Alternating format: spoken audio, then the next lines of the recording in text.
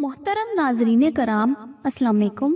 حضرت آدم علیہ السلام وہ پہلے انسان تھے جن سے غلطی سرزد ہوئی، اور ویسے بھی انسان خطا کا پتلا ہے، اس لیے اللہ تعالیٰ نے غلطیوں، کوتاہیوں اور گناہوں سے معاف کرنے کے مختلف بہانے بھی بنا رکھے ہیں۔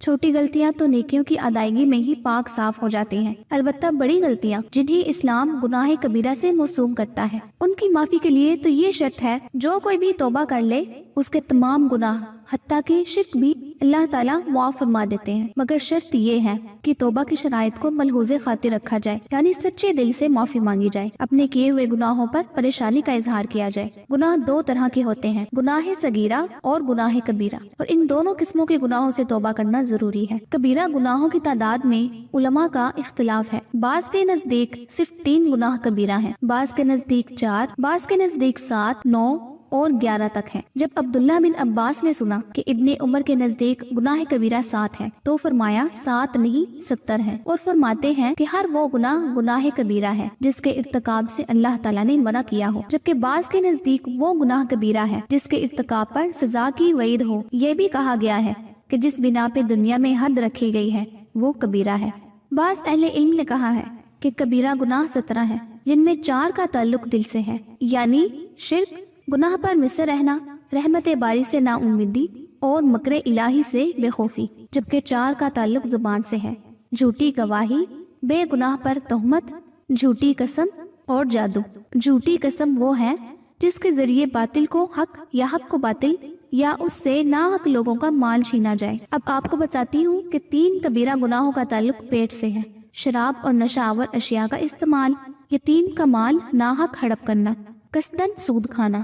2 کا تعلق شرمگاہ سے ہے، زنا اور لواطت۔ 2 کا تعلق ہاتھ سے ہے، قتل اور چوری۔ 1 کا تعلق پاؤں سے ہے، یعنی میدان جنگ میں اپنے سے 2 گنا لشکر سے بھاگ جانا، 1 کا 2 سے مقابلہ کرنے سے بھاگنا، 10 کا 20 سے اور 100 کا 200 سے بھاگنا۔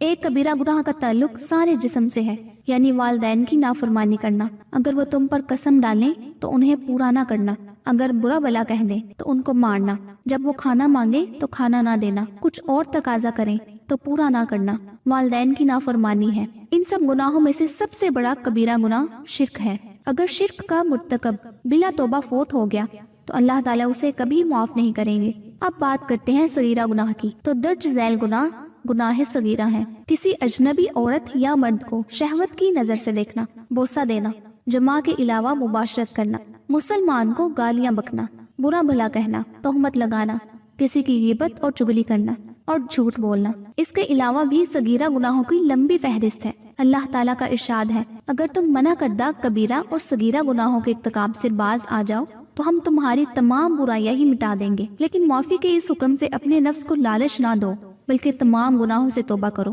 صغیرہ اور کبیرہ گناہ کے حوالے سے ایک روایت بیان کرتی ہوں۔ انس بن مالک رضی اللہ تعالیٰ عنہ سے روایت ہے کہ نبی کریم صلی اللہ علیہ وآلہ وسلم نے اپنے صحابہ کے ساتھ ایک ایسی وادی میں پڑاؤ ڈالا جہاں لکڑیوں کا نام و نشان بھی نہ تھا۔